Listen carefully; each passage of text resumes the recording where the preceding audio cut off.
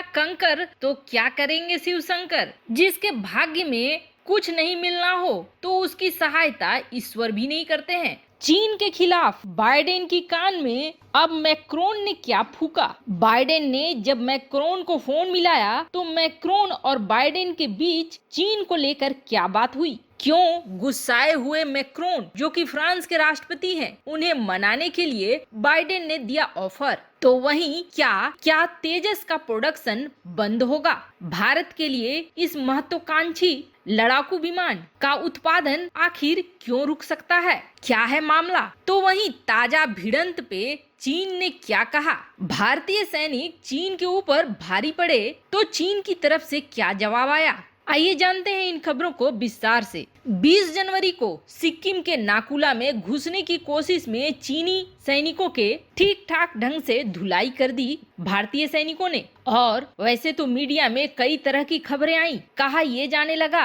कि 20 से ज्यादा चीनी सैनिकों को बुरी तरीके से घायल किया गया भारतीय सैनिकों द्वारा। और अब जब भारतीय सेना की तरफ से आधिकारिक बयान आ गया तो ये साफ हो गया कि हाँ, इस तरह की घुसपैठ हुई थी, जिसके जवाब में भारतीय सैनिकों ने प्रहार किया।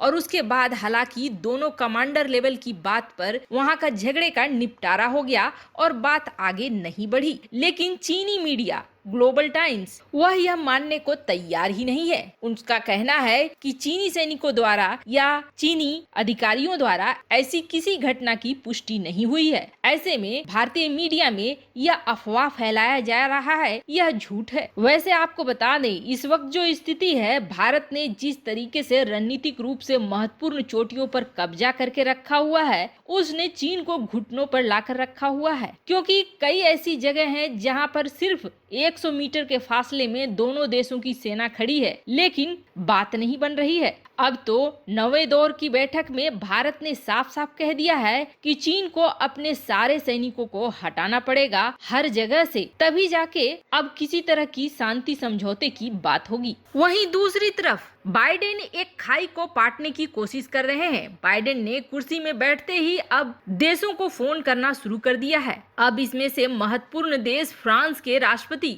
मैक्रोन को उन्होंने फोन करा। ट्रंप ने अपने समय में अमेरिका फर्स्ट की नीति अपनाई थी, जिसकी वजह से यूरोपीय यूनियन और नाटो दोनों में ही दरार आ गई थी। यहाँ तक कि ट्रंप और मैक्रोन के बीच सीरिया में लड़ाई और पेरिस जलवायु समझौते को लेकर भी विवाद रहा है। अब बाइडेन इसे पाटने की कोशिश कर रहे हैं। बाइडेन ने फोन पर बातचीत करके मैक्रोन से ये कहा कि दोनों देशों के रिश्ते मजबूत होने चाहिए और दोनों देश ऐसी विदेश नीति बनानी चाहिए जिससे कि महामारी, जलवायु परिवर्तन जैसे चीजों पर एक साथ काम किया जा सके। साथ ही साथ नाटो और अमेरिका की यूरोपीय संघ के साथ साझेदारी, इन सब मामलों में जो भी तनाव है वह अमेरिका फ्रांस के साथ मिलकर दूर करना चाहता है, इस बात पर भी जोर दिया। लेकिन इन सबों से इतर मैक्रोन और बाइडेन के बीच में जो दो बड़े मुद्दे थे वो थे चीन और रूस के। बाइडेन ये चाहते हैं कि मैक्रोन रूस के मामले में अमेरिका का साथ दे, तो मैक्रोन भी यह चाहते हैं कि चीन के मामले में बाइडेन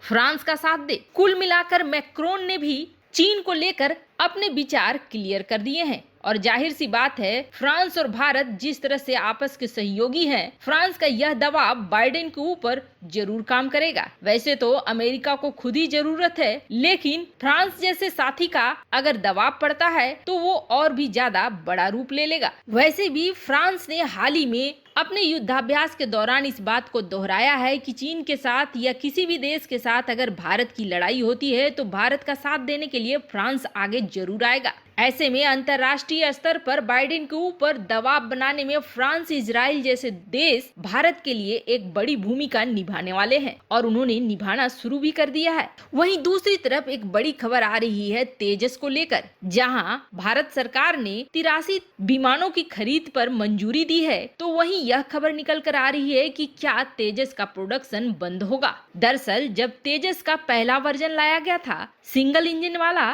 तब भारतीय नौसेना ने इसे रिजेक्ट कर दिया था और उसके बाद यह प्लान हुआ था कि डबल इंजन वाले 2 नए कॉन्फ़िगरेशन वाले लड़ाकू विमानों को बनाया जाएगा। वैसे तेजस को बनाने में जो एक्सपीरियंस और टेक्नोलॉजी डेवलप हुई थी उसका इस्तेमाल इन विमानों में किया जाएगा। ट्विन इंजन वाले ये डेक बेस्ड फाइटर जेट भारतीय नौसेना को तेजस से कहीं ज्यादा फीचर्स के साथ मिलने वाली है। इसके 2 वेरिएंट पर काम चल रहा है और जल्द ही एक पहले वर्जन जो कि डेल्टा कैनार्ड कॉन्फ़िगरेशन पर बेस्ड है उसका लो स्पीड वाइंड टनल परीक्षण किया जाएगा। एडीए यानी कि एरोनॉटिकल डेवलपमेंट एजेंसी जो इस फाइटर जेट के बनने पर महत्वपूर्ण भूमिका निभा रही है, उसके अनुसार ये खबर आई है कि पहले तो इस फाइटर जेट का निर्माण इसलिए किया जा रहा था क्योंकि MiG-29K की जगह यह आएगा, लेकिन अब यह तेजस से भी ज्यादा बेहतर होने वाला है क्योंकि यह 9 टन से ज्यादा हथियारों के पेलोड को ले जाने में सक्षम होगी और यह करीब करीब स्टील्थ होने वाली है। तेजस MK1 फाइटर जेट से 13.5 टन ज्यादा इसका वजन होगा। ऐसा माना जा रहा है कि 2026 तक ये दोनों वेरिएंट तैयार हो जाएंगे, जिसमें उत्तम ऐसा रडार भी लगाया जा रहा है और अस्त्रा मिसाइलों को इसके साथ इस्तेमाल करने की परियोजना भी है। वैसे भारतीय नौसेना द्वारा जल्द से जल्द इन फाइटर जेट तैयार करने के लिए दबाव भी बनाया जा रहा है एडीए के ऊपर, जिसके उपरांत ये कहा जा रहा है कि 2026 तक एडीए इसे भारतीय नौसेना को सौंप देगा। तब यह हो सकता है कि तेजस के प्रोडक्शन को रोक दिया जाए। तेजस की तुलना में ये फाइटर जेट काफी अच्छे होने वाले हैं। तेजस के जो फीचर एडवांस वर्जन में होंगे वो तो इसमें होंगे ही, उसके साथ साथ कई ऐसे फीचर हैं जो तेजस में नहीं होंगे बल्कि इसमें होंगे। वैसे आपको बता दें, जहां तेजस का इस्तेमाल भारत के अंदर होने की बात हो रही थी, वहीं अगले चरण में इसे एक्सपोर्ट करने की भी बात हो रही थी। ऐसे में अब तेजस की जगह क्या ये deck based twin engine fighter jet बिकेंगे? वैसे 2026 तो अभी काफी वक्त है, ऐसे में अभी यह कहना बहुत जल्दबाजी होगी, लेकिन जिस तरह के संकेत एडीए की तरफ से मिले हैं उसे देखते हुए ऐसा ही लग रहा है कि तेजस का उत्पादन इसके बनने के बाद बंद हो जाएगा। वैसे आपको क्या लगता है, क्या डीआरडीओ और एचएएल इन दिनों अपनी क्षमताओं से बाहर जाकर काम कर रहे हैं और इसके पीछे असली वजह कौन है? कमेंट कर अपनी राय जरूर बताएं। जल्द मिलते हैं अगले वीडियो में नई खबर के साथ।